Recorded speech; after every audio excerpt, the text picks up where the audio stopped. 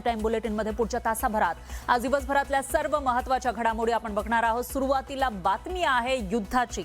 आपल्याला माहिती असेल इराण आणि अमेरिका यांच्यामध्ये पुन्हा एकदा युद्ध सुरू झालं आहे। मात्र ज्या पद्धतीने आता युद्ध पुढे जातंय, जो संघर्ष वाढतोय, यामुळे ही तिसऱ्या महायुद्धाची ठिणगी तर नाहीये ना, असा सवाल उपस्थित होतोय। आणि सुरुवातीला अशाच काही बातम्या बघूयात।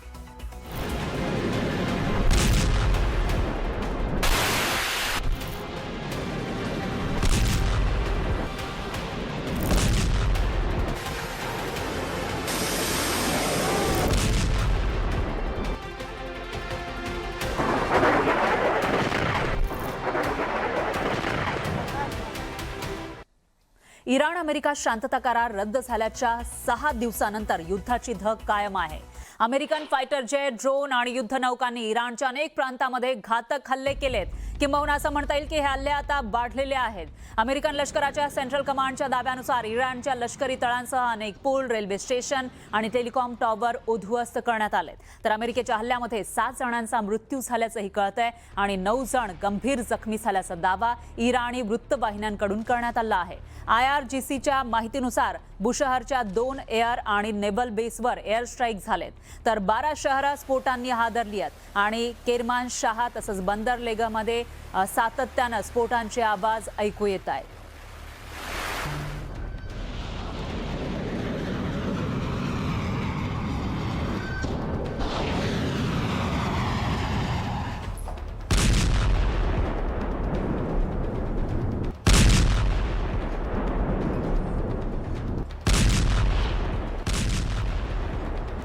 याशिवाय अमेरिकेनं इराणच्या चाबहार बंदरावर घातक हल्ले केलेत। गेल्या काही दिवसातला हा तिसरा हल्ला आहे। यामध्ये पोर्ट कंट्रोल टॉवर उद्ध्वस्त झालंय। अमेरिकेचे संरक्षण मंत्री पीट हेग्सेथ यांनी हल्ल्याचे व्हिडिओ आणि फोटो सोशल मीडियावर शेअर केलेत। इराणी वृत्तसंस्थांकडून चाबहारमधील हल्ल्याची पुष्टी करण्यात आली आहे।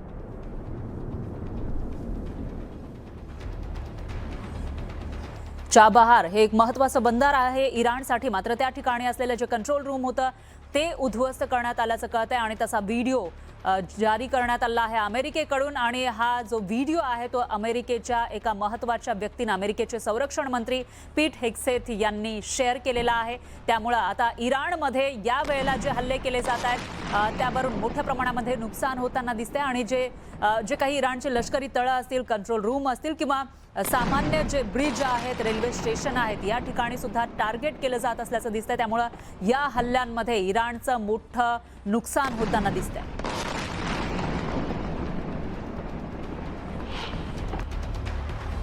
आणि अमेरिकेनं इराणच्या दक्षिण प्रांतातल्या 3 महत्त्वाच्या पुलांना सुद्धा लक्ष्य केलं आहे। फायटर जेटच्या हल्ल्यात 2 नागरिकांचा मृत्यू झाल्याची माहिती आहे आणि 4 जण गंभीर जखमी झाले। हॉर्मुझच्या सामुद्रधुनीजवळ कहुरस्तान गाव आणि शूर नदीवरील पूल नेस्तनाबूत केलेत। या हल्ल्यामुळे काही गावांचा संपर्क तुटल्याची ही माहिती आहे। हल्ल्यानंतर मोठी आग या परिसरात लागलेली होती, त्यावेळची दृश्य आपण बघू शकतोय। स्ट्रेट ऑफ हॉर्मुझ यावरूनच सध्या लढाई सुरू झाल्याचं आपल्याला पाहायला मिळतंय। आधी तर शांतता करार झालेला होता, मात्र स्ट्रेट ऑफ हॉर्मुझ वरून हा संघर्ष पुन्हा एकदा चिघळला आणि त्याच्या आजूबाजूचे जे परिसर आहेत, जी गावं आहेत, त्या ठिकाणी आता अमेरिकन लष्कर हे टार्गेट करताना दिसून येते। याच्यामध्ये तिकडचे जे पूल आहेत ते ध्वस्त करण्यात आलेत आणि यामुळे आजूबाजूच्या गावांमधील संपर्क तुटल्याचं दिसतंय आणि पूल कशा पद्धतीनं नष्ट केलेले आहेत तेही आपण बघतोय। जर आजूबाजूच्या गावांना जोडणारे रस्ते, जिथून हे पूल जातात, त्या रस्त्यांवरून ते जर नष्ट केले तर मात्र इराणी सैन्याला पुढे जाता येणार नाही। जे इराणी सैनिक स्ट्रेट ऑफ हॉर्मुझच्या परिसरामध्ये असतील त्यांचाही संपर्क तुटू शकतो। त्यामुळेच अमेरिकेनं हा हल्ला केल्याचं दिसतंय।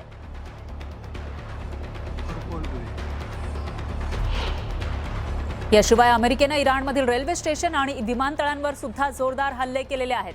आतापर्यंत जे लष्करी तळ आहेत किंवा IRGCचे जे सेंटर आहेत त्या ठिकाणी अमेरिकेकडून हल्ले केले जात होते, मात्र या वेळेला तिथले रेल्वे स्टेशन असतील, ब्रिज असतील किंवा विमानतळांवर सुद्धा लक्ष केलं जात आहे। अब्बास बंदराजवळील रेल्वे स्टेशनवर क्षेपणास्त्र अमेरिकेकडून डागली गेली आहेत। याशिवाय इराण शहरातल्या विमानतळाजवळ सुद्धा 3 मोठे स्फोट झालेत आणि विमानतळावरही अमेरिकन ड्रोनचा हल्ला झाल्याची माहिती आहे।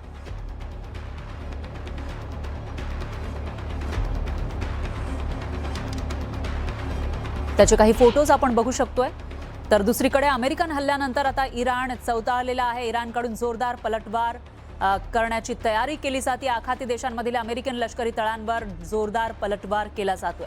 या निमित्तानं इराणची हिटलिस्ट चर्चेत आली आहे. 2 एप्रिलला अमेरिकेनं करज B1 पूल उद्ध्वस्त केला होता. त्यानंतर इराणकडून पर्शियन गल्फमधील 8 मोठ्या पुलांची यादी जाहीर करण्यात आली होती. इथूनच जगभरात तेलासह महत्त्वाची व्यापारी वाहतूक होते आणि इराण आता या ब्रिजना टार्गेट करणार असल्याचं बोललं जात आहे. आणि तसं झालं तर आखातामधील जिथून तेल निर्मितीचे सेंटर आहेत वेगवेगळ्या देशांमध्ये, त्या ठिकाणी मात्र नुकसान होऊ शकतं आणि ते नुकसान झालं तर तेलाच्या किमती तर वाढूच शकतील, पण जो पुरवठा आहे तो पूर्ववत होण्यासाठी मोठा काळ लागू शकतो आणि त्यामुळे मग काही महिने तेलाच्या किमती या वाढत्याच राहू शकतात. त्यामुळे जर इराणनं या पुलांना टार्गेट केलं किंवा या ठिकाणी हल्ला केला तर त्याचा फटका संपूर्ण जगाला बसू शकतो.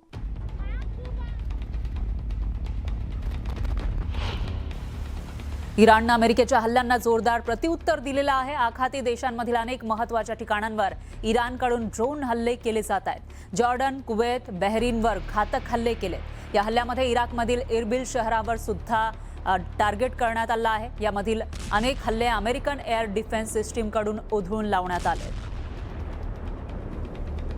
ही दृश्य आपण बघू शकतोय. इराणकडून सुद्धा अमेरिकेच्या लष्करी तळांवर हल्ले केले जात आहेत आणि यावेळेला इराकमधल्या सुद्धा एका ठिकाणी हल्ला केल्याची माहिती समोर येते. इराकमधील इरबिल शहरावर हे हल्ले करण्यात आले आहेत आणि याशिवाय जॉर्डन, कुवेत, बहरीन इथं सुद्धा घातक हल्ले केले. या ठिकाणी जिथे जिथे अमेरिकन लष्करी तळ आहेत त्या ठिकाणी हल्ले करण्याचा प्रयत्न केला इराणनं.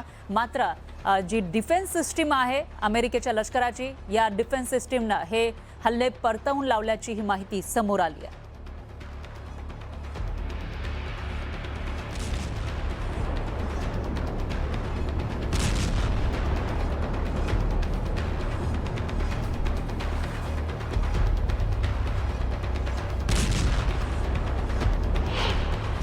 अमेरिका इराणवर हल्ला करत असतानाच इराणनं आखाती देशांवर जोरदार हल्ले सुरू केले आहेत. इराणकडून सर्वात घातक शस्त्रांचा वापर केला जातोय.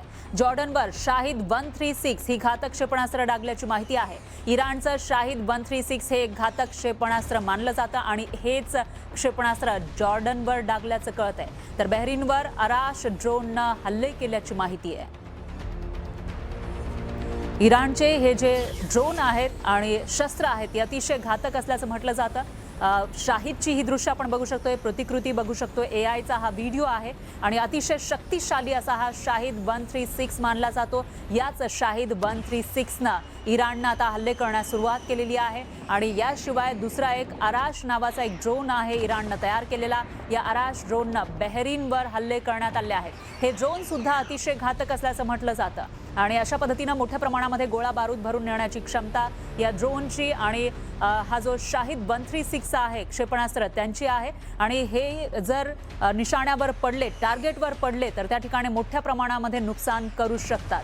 मागील काही वर्षांमध्ये इराणनं मोठ्या प्रमाणामध्ये जे ड्रोन निर्मिती असेल किंवा घातक शस्त्र निर्मितीवर भर दिलेला होता आणि आता जेव्हा मागे सुद्धा 35 ते 40 दिवस युद्ध चाललं, त्याच्यानंतर आता 5-6 दिवसांपासून युद्ध सुरू आहे. त्याच्यामध्ये या सर्व शस्त्रांचा वापर इराणकडून केला जात असल्याचं दिसतंय. या युद्धाचे प्रत्येक अपडेट आपण घेत राहूया. दरम्यान यानंतरची बातमी आहे चीनमधली. या ठिकाणी एक मोठी दुर्घटना घडली आहे. चॉंगझी प्रांतामध्ये दरड कोसळली आहे. जवळपास अर्धा डोंगरच कोसळलेला आहे. अपघातानंतर चॉंगझी प्रांतात खळबळ माजली.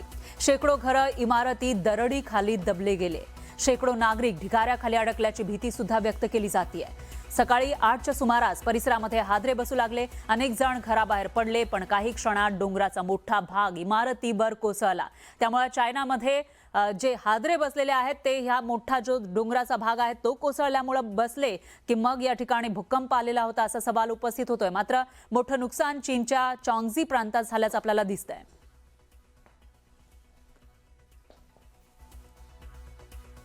करण्यात आली असली तरी देखील आंतरराष्ट्रीय स्तरावर मान्यता मिळणार का, हाही सवाल